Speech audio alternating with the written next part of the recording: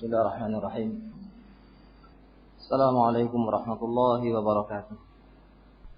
Innal hamdalillah nahmaduhu wa nasta'inuhu wa nastaghfiruh wa na'udzu billahi min shururi anfusina wa min sayyiati a'malina. Man yahdihillahu fala mudilla lahu wa man yudlil fala hadiya lahu. Wa asyhadu an la ilaha illallah wahdahu la syarika lahu wa asyhadu anna Muhammadan 'abduhu wa rasuluh.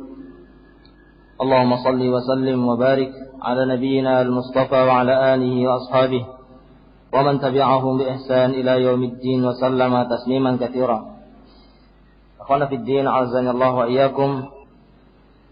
Alhamdulillah, kita syukur kepada Allah Subhanahu wa taala yang karena taufiknya dan karena pertolongannya kita bisa kembali berkumpul di tempat yang mulia ini. Kita memohon kepada Allah Subhanahu wa taala al-ikhlas di dalam seluruh ucapan-ucapan kita dan perbuatan-perbuatan kita. Dan insyaallah kita ingin melanjutkan mengambil faedah atau menyampaikan beberapa hal, melanjutkan apa yang telah kita sampaikan berkaitan dengan masalah tarbiyatul abna, pendidikan anak-anak, yang pada pertemuan yang lalu telah kita sebutkan sebagiannya. Telah kita sebutkan bagaimana perhatian para nabi alaihi wassalatu wassalam terhadap pendidikan anak, sehingga mereka berdoa kepada Allah Subhanahu wa taala sebelum mereka dikaruniai anak. Mereka berdoa kepada Allah Subhanahu wa taala, memohon untuk mendapatkan keturunan yang baik, keturunan yang saleh. Dan juga setelah mereka dikaruniai anak, mereka pun mendidik anak-anak mereka, dan mereka pun berdoa kepada Allah Subhanahu, mereka pun berwasiat kepada anak-anaknya untuk tetap istiqamah di atas agama yang dibawa oleh orang tuanya dari para nabi. Dan juga telah kita sampaikan bahwa agama kita, Nabi kita Muhammad SAW juga demikian adanya, sangat besar perhatiannya kepada pendidikan anak. Di antara yang menunjukkan tentang besarnya perhatian Islam, syariat Nabi SAW terhadap pendidikan anak, telah kita sampaikan sebagiannya. Di antaranya apa?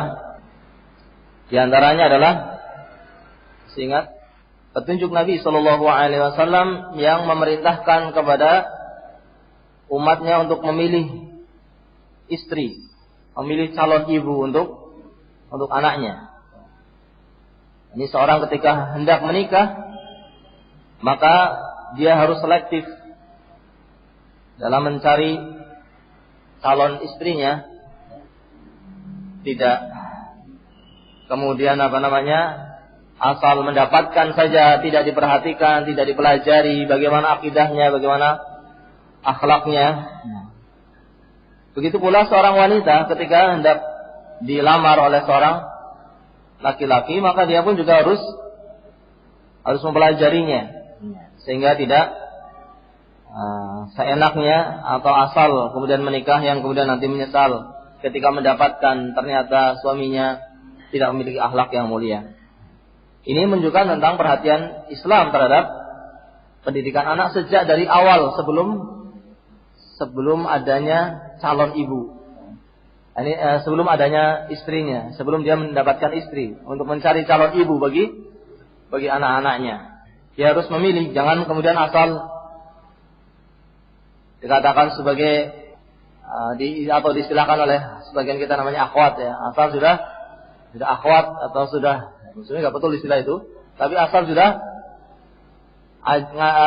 ngaji atau asal sudah salafiyah ya. Kemudian langsung diterima, langsung dinikahi, tidak. Atau asal seorang wanita mendengar yang melamar adalah salafi, kemudian langsung diterima tanpa dipelajari, tidak. Meskipun dia sudah belajar, sudah ngaji, tapi perlu dipelajari sebagaimana yang diajarkan oleh agama kita, dipelajari ya. Karena watak berbeda, kemudian sifat berbeda ya. Kemudian keadaan rumahnya, orang tuanya. Nah, ini juga perlu diperhatikan. sehingga nanti dia betul-betul betul-betul bisa membangun rumah tangganya dengan baik, karena dia menjalankan sabda Nabi SAW untuk tidak terburu-buru dan untuk mempelajari apa yang hendak dia bangun dari keluarganya. Nah, jadi ini bagi yang belum mencari untuk selektif. Bagi yang sudah dapat bagaimana?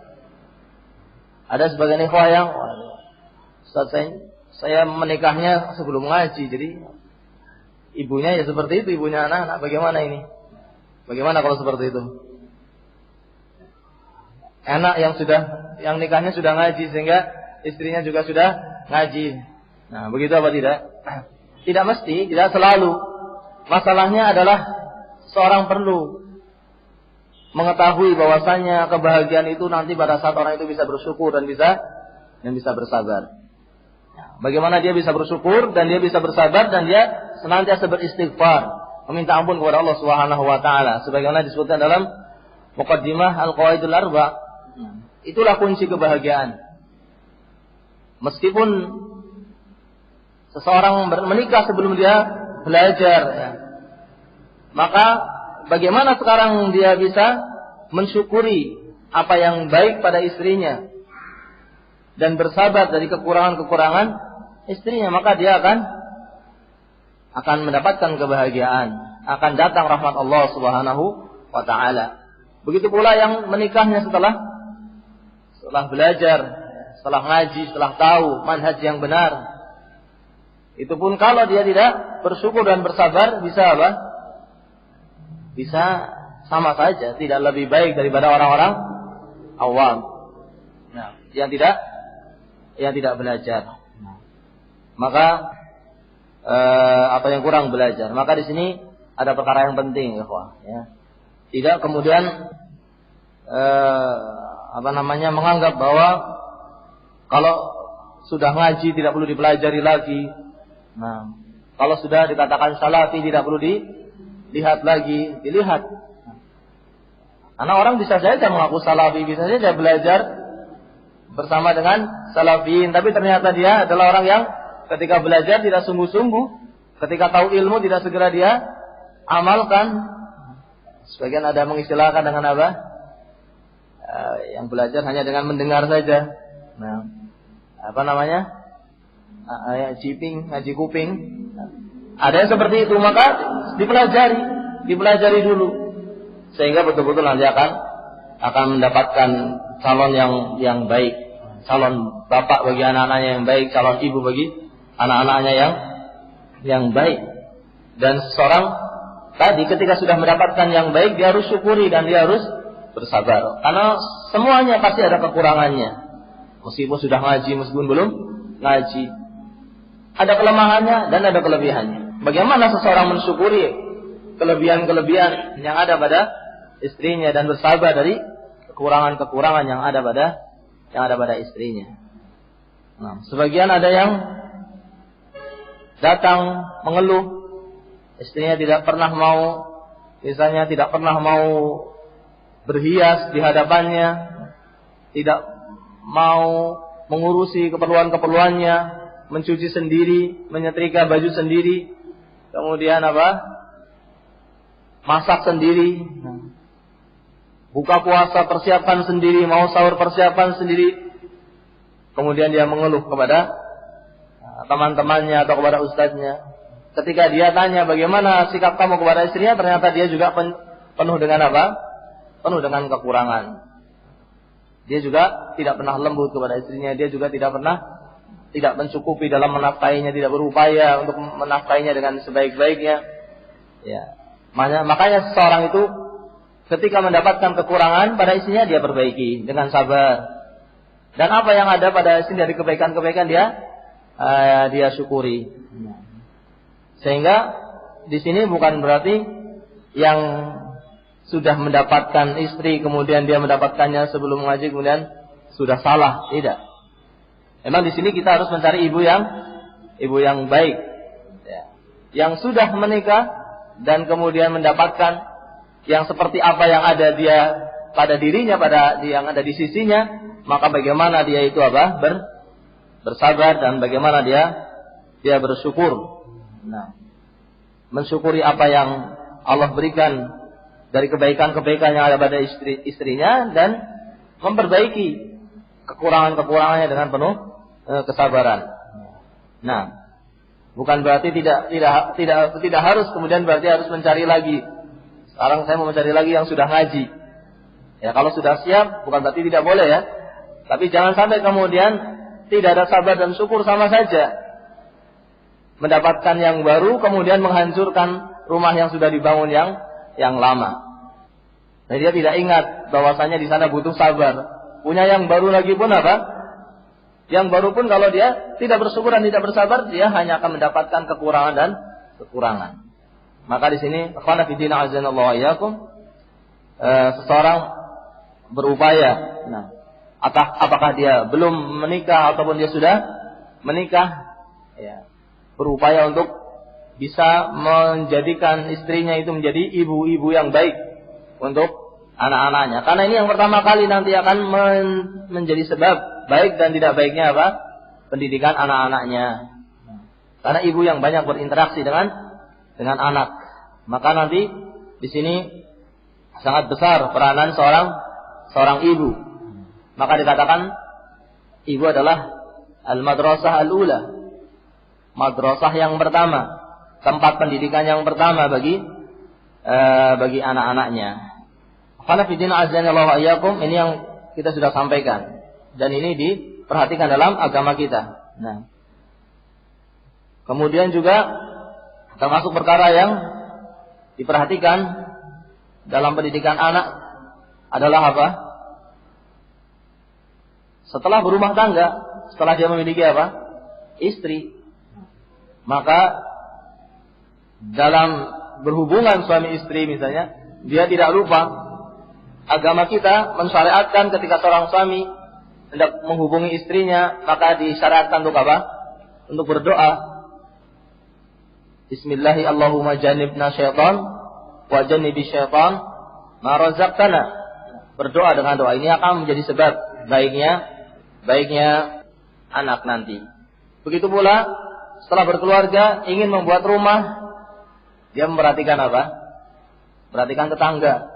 Siapa calon tetangganya? Di mana dia nanti akan membangun rumahnya? Akan tinggal di mana? Karena ini juga akan apa? Akan berpengaruh dengan pendidikan anak. Nah, sangat berpengaruh.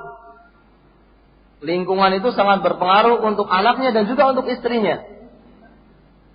Dan perempuan secara umum ini memiliki sifat mudah terpengaruh, sebagaimana anak-anak juga memiliki sifat apa? Akan mudah terpengaruh. Nah, maka diupayakan mencari tempat yang di sana ada masjid, sehingga dia bisa dengan mudah sholat berjamaah, bisa dengan anaknya diajak ketika nanti sudah umur 7 tahun, dan nanti ketika anaknya sudah siap untuk belajar, sudah mampu akalnya untuk belajar, di sana di masjid tadi ada pendidikan anak-anak, sehingga anaknya tidak hanya bermain, tidak hanya keluar untuk bermain saja, tetapi juga keluar untuk datang ke masjid untuk mengikuti pendidikan anak yang ada di masjid di sekitarnya. Nah, tentunya di sini pendidikan yang baik ya, pendidikan yang benar. Nah, ini salah satu yang belum ada di masjid kita ini. Sebenarnya kita sangat berharap seandainya ada yang bisa membuat ada pendidikan anak di tempat ini, sehingga apa? Nanti anak-anak salafin bisa ya, di samping bapaknya ngaji, misalnya sore hari anak-anak juga ikut belajar. Anaknya mungkin sebelum maghrib, nanti bapaknya setelah maghrib. Ini akan mempengaruhi pendidikan anak-anak. Ya, bukan harus dekat dengan masjid, tidak. Ya, terkadang juga jauh ada keutamaannya dengan langkahnya yang banyak. Ini juga akan memperbanyak pahala dari setiap langkahnya. Nah, dan sudah kita sampaikan ada hadis Nabi sallallahu alaihi wasallam, arba'un minas sa'adah, 4 perkara yang termasuk dari apa? Membuat orang akan bahagia. Di antaranya adalah tetangga yang baik, istri yang salehah, rumah yang luas, tetangga yang baik, kendaraan yang tidak sering kendaraan yang baik. Nah, kendaraan yang bisa berjalan dengan baik, tidak sakit atau tidak mogok kalau mobil dan sebagainya. Nah, ini juga perkara yang diperhatikan. Bagaimana nanti dia ketika hendak membangun rumah, dia mencari tetangga yang baik. Nah, kemudian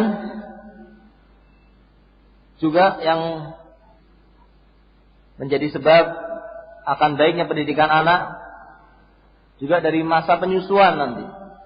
Ini menunjukkan perhatian Islam terhadap pendidikan anak sejak masih kecil sampai saat menyusui.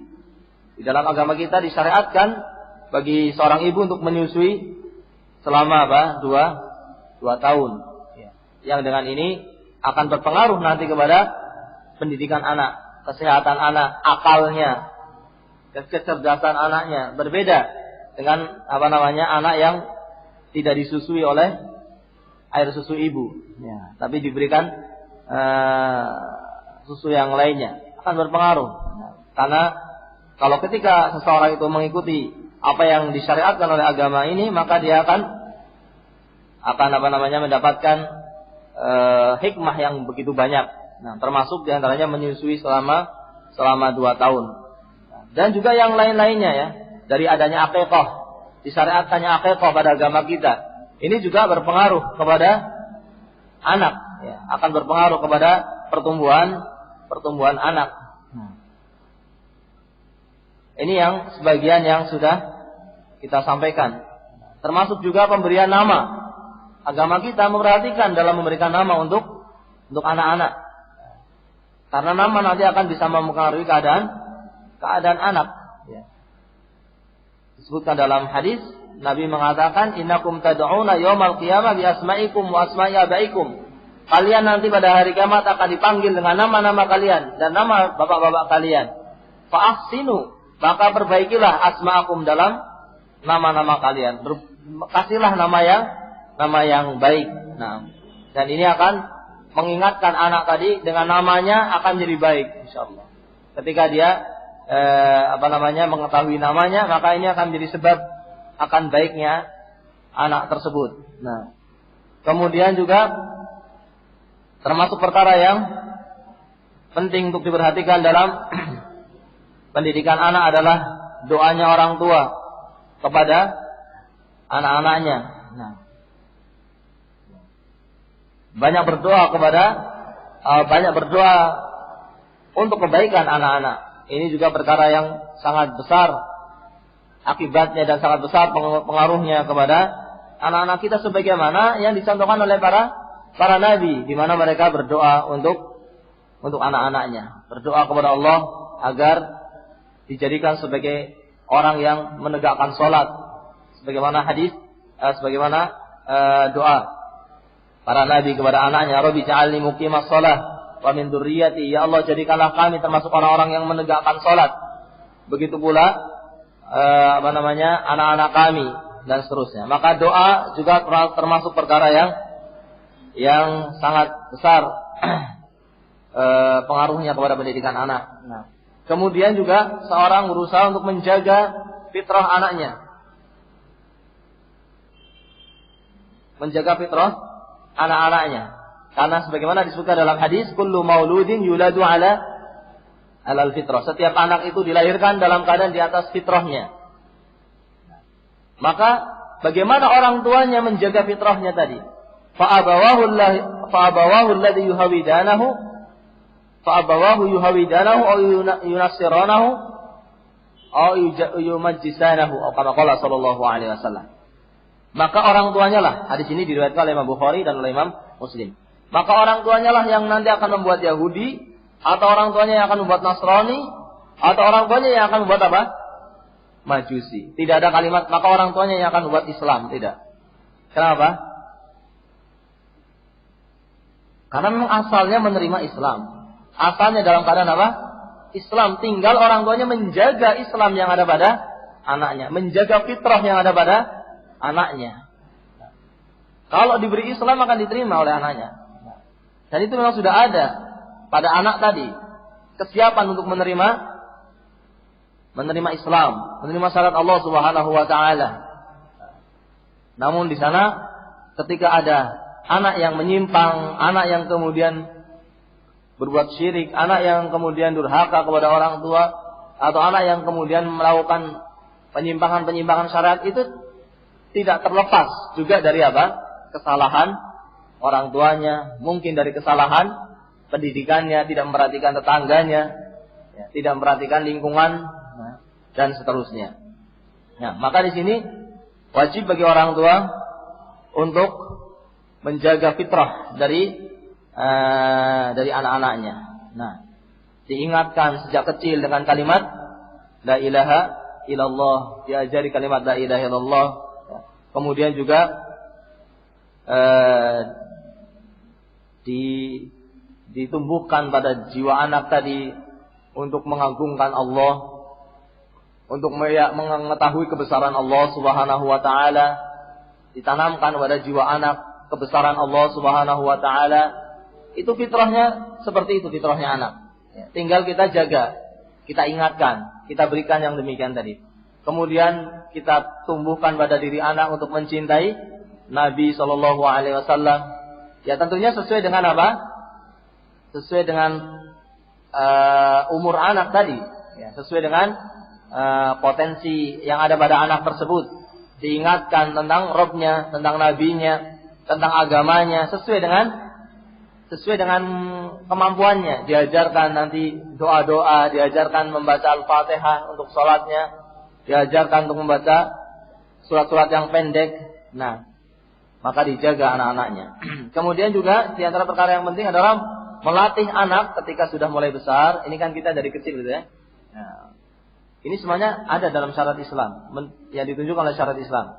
Kemudian dari kecil juga disebutkan dalam syariat Islam, dalam syariat kita disyariatkan untuk melatih anak memiliki adab yang baik, memiliki akhlak yang baik, dan dijauhkan dari apa?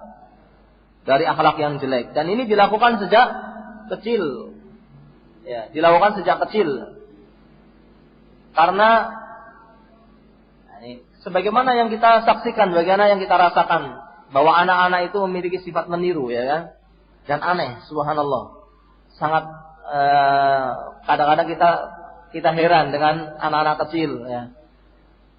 Karena dilatih oleh orang tuanya sejak kecil. Sehingga meskipun dia belum bisa mengucapkannya, tapi dia dilatih oleh orang tuanya. Ketika bersin, dia mengatakan alhamdulillah, karena dilatih. Padahal belum bisa bilang alhamdulillah, cuma gitu saja. Tapi karena setiap dia bersin katakan alhamdulillah, kemudian anaknya menirukan. Ketika mau makan, ayo baca bismillah, dia belum bisa baca bismillah. Tapi karena dia sudah dilatih, ketika mau makan diingatkan, ayo baca apa? Ya, dia bilang gitu saja, tapi ngerti bahwa dia harus membaca apa? Bismillah. Nah, maka di sini sejak kecil itu dilatih. Nah, karena kalau sudah sejak kecil dilatih, maka akan terbiasa. Meskipun belum belum ada larangan, belum ada perintah yang wajib sejak kecil, tapi ini untuk apa? Untuk kebiasaan. Sebagaimana ranting pohon, kalau masih kecil masih mudah dibentuk. Nanti kalau sudah besar mau dibentuk, harus pakai parang, harus pakai kampak. Jadi kalau sudah kecil dilatih, maka akan terbiasa dia. Maka kesempatan masih kecil itu kesempatannya harus apa? Dimanfaatkan. Manfaatkan kesempatan ketika masih muda. Manfaatkan kesempatan ketika masih gampang dibentuk.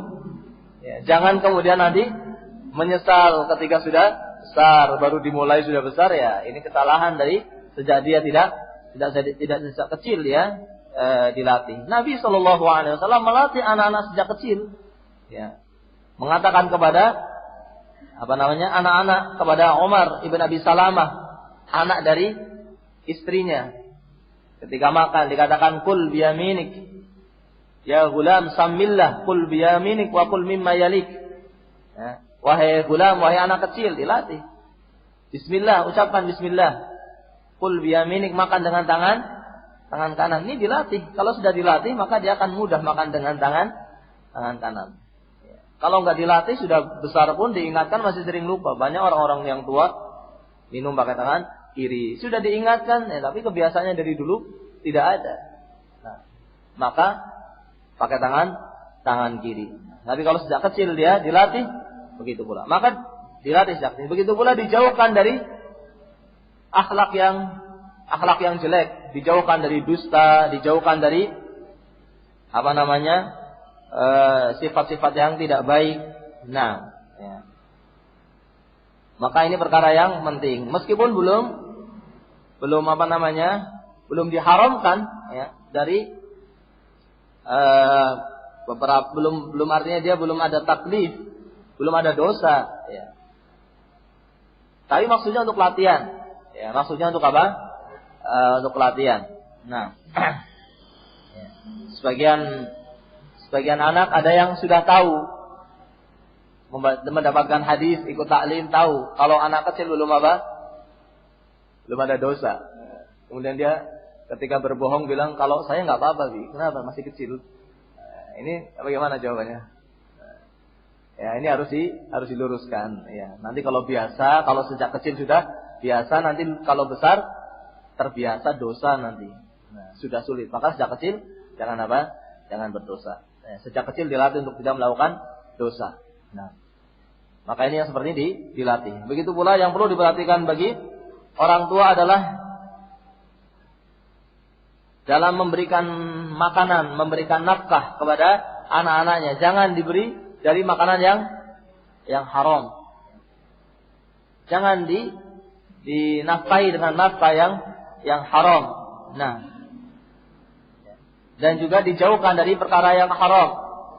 Ketika cucu Nabi SAW makan dari makanan yang haram, ya, diingatkan oleh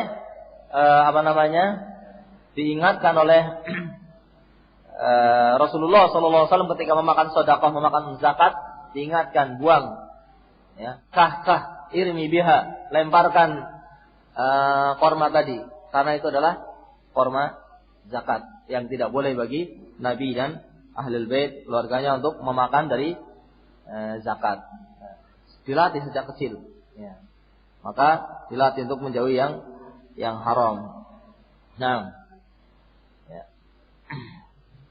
Baik, ini juga perkara yang penting. Nah, begitu pula dalam penampilan anak-anaknya. Ya.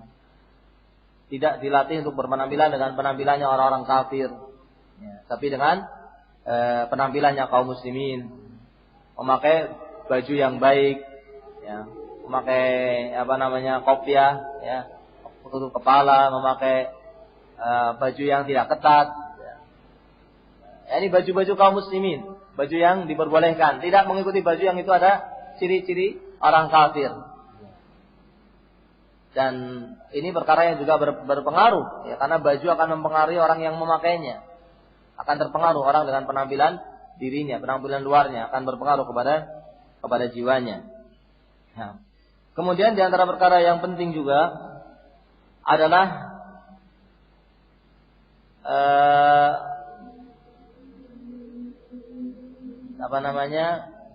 menggauli anaknya dengan canda atau menyesuaikan, yakni dengan umur anaknya tadi, bercanda, mengajak bermain. Ini juga perkara yang disyariatkan dalam agama ini, dan ini ada pengaruhnya kepada pendidikan anak. Banyak riwayat-riwayat yang menceritakan bagaimana Nabi SAW itu bercanda dengan anak-anak, ya. Bercanda dengan anak-anak atau berhubungan, bergaul dengan anak-anak. Ya, jangan kemudian sana anak-anak main, abinya mau sama uminya aja, yang lainnya anaknya suruh main. Ya. Kalau di rumah, anak-anaknya lagi di rumah diajak bermain. Anaknya lagi main, bapaknya lagi waktu luang ikut bermain sama anak-anak. Daripada anak-anaknya bermain sendiri kemudian melakukan kesalahan-kesalahan tidak ada yang menegur, yang namanya sifatnya anak itu bermain. Maka ketika kita punya kesempatan untuk ikut bermain bersama anak-anak, ikut bermain bersama dengan anak-anak. Nah, karena bermain dengan anak-anak ya kita harus berpikir sebagai istilahnya kita memerankan sebagai anak-anak. Sehingga anak-anak pun mau. Nabi SAW ketika ada anak kecil yang bermain burung. Dia mendapatkan burung, kemudian setelah buat mainan burungnya mati, kemudian Nabi mendatangi anak tadi menanyakan, "Ya Umar, mada fa'alan Nughair?" gitu ya. Sebutkan dalam hadis. Kama qala sallallahu alaihi wasallam, wahai anak kecil, diberi panggilan Umar, anak Umar yang kecil. Apa yang terjadi pada burung yang namanya Nughair? Perhatian kepada permainan anak, ikut bermain. Sehingga nanti ketika ada permainan-permainan yang tidak baik, ada ucapan-ucapan yang tidak baik, atau kesalahan-kesalahan dalam bermain, dia bisa meluruskannya. Yang ini tidak mengapa yang seperti ini. Nah, untuk lembut, untuk ikut bermain ya, bersama dengan anak. Sehingga bisa terawasi, karena tidak akan terlepas yang namanya anak, sebagaimana kita ketahui tidak akan terlepas dari apa? Dari bermain, tidak mungkin. Itu memang umurnya umur anak-anak umur atau saat-saat untuk apa? Untuk bermain. Ya, saat-saat untuk bermain. Sehingga bagaimana saat untuk bermain itu tidak salah dalam bermain. Bagaimana saat dia bermain itu tidak melakukan permainan yang berbahaya misalnya. Tidak sampai kalau memukul bagian yang tidak diperbolehkan, memukul wajah misalnya. Dan mainannya juga mainan yang bermanfaat, mainan yang ada sisi olahraganya, permainannya ada apa? Ada pendidikannya. Nah, yang tidak ada di sana kata-kata kotor, tidak ada kalimat-kalimat yang kotor yang diucapkan saat bermain. Nah, maka seperti ini tidak mengapa. Ikut jadi anak-anak. Tapi ketika anak lagi butuh untuk dididik, ketika anak itu kita ingin ajak untuk beradab, ya saat itu jangan sambil bermain, jangan semuanya dengan bermain, jangan. Maksudnya ketika bermain itu bermain. Tapi ketika sedang meluruskan kesalahan, jangan sambil jangan sambil bermain. Jadi laki-laki beneran ketika ketika sedang mengingatkan, ketika mengajak, ketika sedang mendidik. Menjadi laki-laki beneran. Maksudnya ya laki-laki yang tidak sebagai anak-anak lagi, tapi ketika sedang anak-anak bermain dan kita ingin ikut bermain bersama anak-anak, maka tentunya menyesuaikan dengan keadaan anak-anak tersebut. Dan sehingga bisa mengarahkan permainan anak, bisa menghindarkan anak dari permainan-permainan yang berbahaya untuk badannya atau untuk agamanya, juga terjaga dari kata-kata yang kotor, ya, terjaga dari kalimat-kalimat yang tidak baik. Nah, maka ini akan bermanfaat bagi anak-anaknya. Dan ini dicontohkan oleh Rasulullah Shallallahu Alaihi Wasallam. Ya. Kemudian juga termasuk yang perlu diperhatikan, terutama di sini untuk seorang ibu, adalah menjaga kesehatan anaknya, menjaga kebersihan anaknya. Nah, dan yang semisalnya. Nah, menjaga kesehatannya dengan dimulai dari disyariatkannya untuk menyusui selama 2 tahun. Ini berkaitan dengan apa? Dengan fisik. Berkaitan dengan fisik. Sehingga nanti akan berpengaruh kepada kecerdasan, ya kan? Dan yang lainnya, ototnya yang kuat, kesehatannya. Kemudian setelah itu juga makanan-makanan berikutnya. Nah, sehingga tidak semua makanan boleh dimakan oleh anaknya, apalagi makanan yang sudah basi, yang sudah lama dibiarkan, tidak dibersihkan rumah dari makanan-makanan yang Masya Allah susu sudah 2 hari masih dibiarkan di gelas, akhirnya diminum sama anaknya. Ini harus dijaga yang demikian ini, terutama ya orang tuanya, baik ibu atau bapaknya. Namun biasanya ibu ini lebih banyak berhubungan dengan anaknya, maka diperhatikan kebersihan bajunya, kebersihan tempat tidurnya, hal-hal yang akan berbahaya bagi anak-anaknya. Dan ini sebaiknya dilakukan oleh ibu itu sendiri sebagaimana kita sampaikan, tidak oleh pembantunya. Karena nanti akan berpengaruh juga ya, ketika dilakukan oleh pembantu misalnya, maka akan berpengaruh kepada kejiwaan anaknya. Nah, ada pengaruh ya, ketika kan kita tidak tahu bagaimana pembantunya ketika membersihkannya. Mungkin membersihkannya sambil nyanyi-nyanyi, ya anaknya nih ikut suka bernyanyi.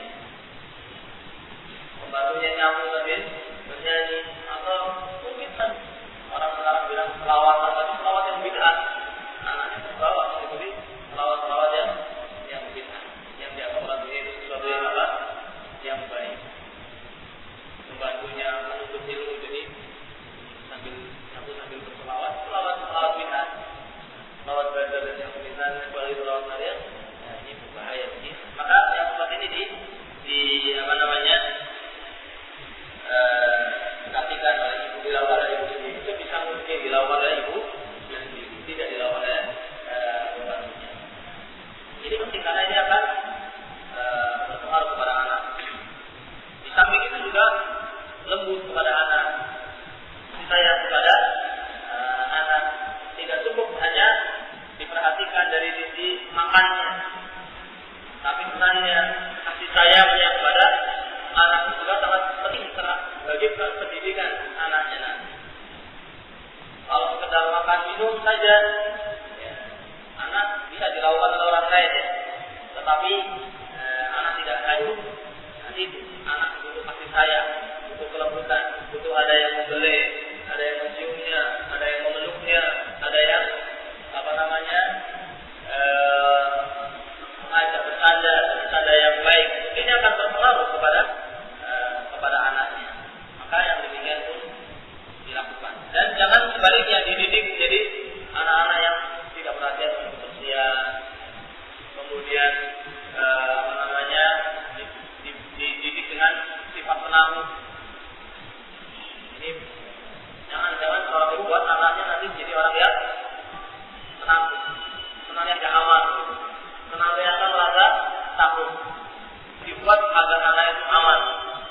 Waktu saat dalam keadaan takut, dia tidak panik yang berlebihan, Saat misalnya lampu mati, kita langsung lihat ketakutan yang luar biasa. Saat dalam keadaan yang memang itu ada sesuatu yang bisa buat takut, maka tidak terlalu penakut. Tidak akan di orang yang sedikit-sedikit takut. Dengan sedikit sesuatu dia takut. Atau ditakut-takuti dengan gambar-gambar yang menakutkan, tapi dibuat anak itu jadi berani. Dan juga jangan di sini butuh kesabaran ya bagi seorang orang tua, terutama kita sebut kepada ibu, karena memang banyak yang banyak bergaul. Jangan terlalu emosi ketika anaknya melakukan ulah ini ulah itu ya. Langsung tiba-tiba ketika ada sesuatu yang jatuh, misalnya ada gelas cat, kemudian langsung anaknya dihukum. Bisa jadi itu karena kesalahan dia, ada air yang dipakai karena dia baru saja kepel, kemudian belum kering sehingga anaknya terpeleset, sehingga ketika membawa gelas anaknya terjatuh. Bisa jadi kesalahan itu juga berasal dari, maka tidak langsung diingkari, tidak langsung dimarahi, tidak langsung dimarahi, tetapi dilihat dulu bagaimana keadaannya. Ada yang terkena asap di kakinya, ada yang terkena luka tidak di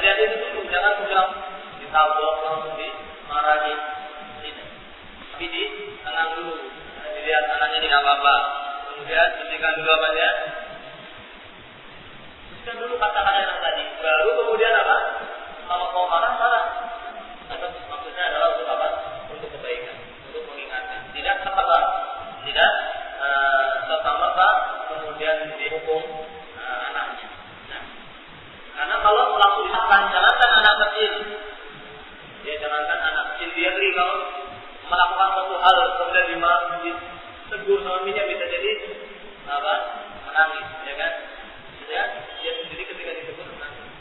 Maka begitu pula anak-anak, ketika langsung dimarahi, ketika langsung diingkari apa yang dia lakukan, yang terkadang dia tidak sengaja melakukannya atau dia tidak menyadari sebagai kesalahan, tidak tahu kalau itu suatu kesalahan, sehingga dia adalah sesuatu yang diperbolehkan. Maka ini penting. Kalau begini, masih Allah juga perkara yang penting dalam yang berkaitan dengan pendidikan anak, dan ini juga banyak kembali kepada terutama di sisi ibu, adalah menjaga kebersihan rumahnya. Dan kita maksud di sini bukan hanya kebersihan rumah dari kotoran yang biasanya orang itu memperhatikan hal ini, biasanya perhatikan masalah ini. Tapi kita dengan pendidikan anak kaum muslimin bukan pendidikan seperti mendidik hewan yang hanya dihindarkan dari penyakit ini, dari terkena penyakit ini, penyakit itu bukan dihindarkan hanya dari terkena penyakit saja, kalau penyakit kulit atau penyakit yang lain, tapi juga hindarkan dari penyakit hati, dibersihkan rumah itu dengan hal yang bisa merusak hati. Sebagian ada yang perhatian dengan masalah kesehatan, kebersihan, dia membersihkan rumahnya karena agar anaknya kena bakteri, supaya tidak terkena ini. Padahal dia tidak pernah lihat bakteri, tapi dia percaya, ya kan? Percaya sama ahli kesehatan bahwa kalau tidak dibersihkan ada bakteri atau ada yang lain yang buat sakit. Kalau tidak tertutup, nanti akan bisa terkena atau berbahaya bagi kesehatan anak. Nah, namun juga perlu diketahui bahwa di dalam rumah itu juga terancam adanya jin, adanya syaitan yang akan datang membisik-bisikkan, yang akan datang mengganggu, yang akan datang membuat marah, yang akan datang mengajar kejelekan. Ini juga harus diingat. Itu ada meskipun kita tidak melihatnya. Sebagaimana bakteri, apakah kita melihatnya? Kita tidak melihatnya, tapi percaya. Sekarang syaitan dan jin ada apa tidak? Ada. Meskipun kita tidak melihatnya, tapi diberitahu oleh Allah Subhanahu wa taala. Apalagi ini yang memberitahu adalah Allah Subhanahu wa taala, dan juga Rasulullah sallallahu alaihi wasallam yang memberitahu ada makhluk yang namanya syaitan, yang namanya jin, yang bisa bahaya bagi diri kita dan keluarga kita. Maka semestinya berita yang datang dari Allah Subhanahu wa taala bahwa di sana ada makhluk syaitan, karena innahu yarakum, dia melihat kamu, wa huwa qabiluhu, dia dan pengikut-pengikutnya melihat engkau min haitsu la tarawnahum, dan engkau tidak melihat mereka. Ini berita dari Allah Subhanahu wa taala. Nah, maka kita bersihkan rumah kita juga dari datangnya syaitan, dari munculnya syaitan. Dengan apa? Dan dibersihkan rumah kita dari yang menyebabkan datangnya syaitan tadi, atau yang akan menghalangi datangnya malaikat. Yang kita inginkan bukan oleh malaikat, didatangi oleh malaikat. Dan malaikat tidak masuk dalam beberapa keadaan kalau di sana ada hal-hal yang menghalangi maksudnya malaikat. Jangankan di rumah kita, di rumah Nabi Shallallahu Alaihi Wasallam pernah malaikat Jibril tidak mau masuk. Kenapa? Karena di sana ada gambar pada waktu itu. Karena di rumah Nabi pada waktu itu ada gambar, dan kemudian di rumah Nabi waktu itu ada anjing yang masuk, sehingga malaikat tidak mau masuk. Kalau ada gambar, saya ada gambar sana juga ada hadis yang mengatakan malaikat tidak akan masuk ke dalam rumah yang di dalamnya ada anjing.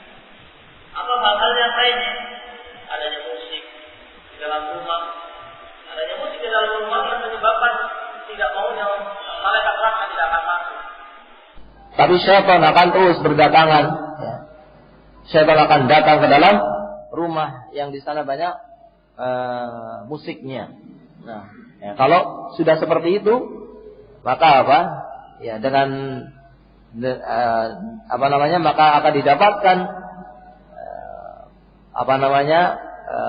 keluarga tadi melakukan banyak kesalahan, kemaksiatan, karena syaitannya mengelilingi dia dan mengajak untuk berbuat maksiat, menyuruh untuk berbuat maksiat kepada Allah Subhanahu wa taala. Begitu pula acara-acara televisi yang merusak. Nah, acara-acara televisi yang merusak ini juga akan menyebabkan apa? Datangnya syaitan. Nah, begitu pula gambar-gambar yang diharamkan dan yang lain-lainnya yang diharamkan oleh Allah Subhanahu wa taala. Dikatakan dalam banyak hadis ya, yang menyebutkan malaikat tidak akan masuk ya, ke dalam rumah yang di sana ada gambarnya, ada anjingnya. Nah, sebutkan dalam Sahih Bukhari, inna la nadkhul baitan fihi surah wa la kalb. Kami tidak akan masuk di dalam rumah yang di sana ada gambar dan ada anjing. Ya. Akhwana fi din azanallah wa iyyakum. Begitu pula yang akan menyebabkan masuknya syaitan ke dalam rumah adalah adanya kata-kata yang kotor, adanya cercaan, adanya celaan, suka mencela, suka mencerca, suka melaknat. Ini harus dihindarkan. Jangan menjadi orang yang mudah mencela istrinya, mencerca istrinya, melaknat istrinya, atau melaknat anaknya, jangan. Karena itu akan menyebabkan apa? Datangnya syaitan. Nah, dikatakan dalam Al-Quran surat Al-Isra ayat 53. Allah mengatakan, wa qul li'ibadi yaqulu allati hiya ahsan. Katakan kepada hamba-hambaku agar mereka mengucapkan kata-kata yang baik. Inna syaitana yanzagu bainahum. Karena syaitan itu akan menyimpangkan di antara mereka, akan merusak hati-hati mereka ketika tidak mengucapkan kata-kata yang baik. Syaitan akan masuk. Inna syaitan kana lil insani aduwan mubina. Sesungguhnya syaitan itu bagi manusia adalah musuh yang nyata. Dikatakan oleh Al-Imam Ibnu Katsir tentang ayat ini, ya'muru ta'ala rasulahu an ya'mura ibadallah al-mu'minin an yaqulu fi mukhatabatihim wa muhawaratihim al-kalam al-ahsan al-kalimah at-tayyibah. Disebutkanlah Al-Imam Ibnu Katsir dalam tafsirnya, Allah Subhanahu wa taala di dalam ayat ini memerintahkan kepada hamba-hambanya di dalam percakapannya antara mereka, di dalam perbincangan antara mereka, untuk menggunakan kata-kata yang baik, untuk menggunakan kalimat-kalimat yang baik. Fa idza lam yaf'alu dzalik, kalau tidak melakukan ini, nazagha syaitan bainahum, maka syaitan akan berperan. Kalau kata-kata kotor itu keluar, cercaan, celaan, ya, ucapan-ucapan yang tidak baik, mencela suaminya, mencela istrinya, nah, maka apa? Masuklah syaitan. Nah, wa akhraja al-kalam ilal fa'al. Yang tadinya cuma ucapan, syaitannya enggak cukup kalau cuma ucapan saja. Ayo itu ada piring, lemparkan saja. Ayo itu ada peso, ambil. Ternyata akan terus begitu. Syaitan akan datang ketika sudah kata-kata yang kotor. Ini bukan saja di rumah, ya di mana saja. Ketika ingin tempat itu menjadi tempat yang didatangi oleh malaikat yang jauh dari syaitan, maka diatur tempat tersebut agar tidak ada kata-kata yang kotor, tidak ada celaan, tidak ada laknat. Nah, karena seorang muslim adalah bukan orang yang suka mencela, melaknat, mengatakan kata-kata yang kotor, sebagaimana dikatakan oleh Nabi sallallahu alaihi wasallam, "Laisal mu'min bit-ta'an walal la'an walal fahish walal badi."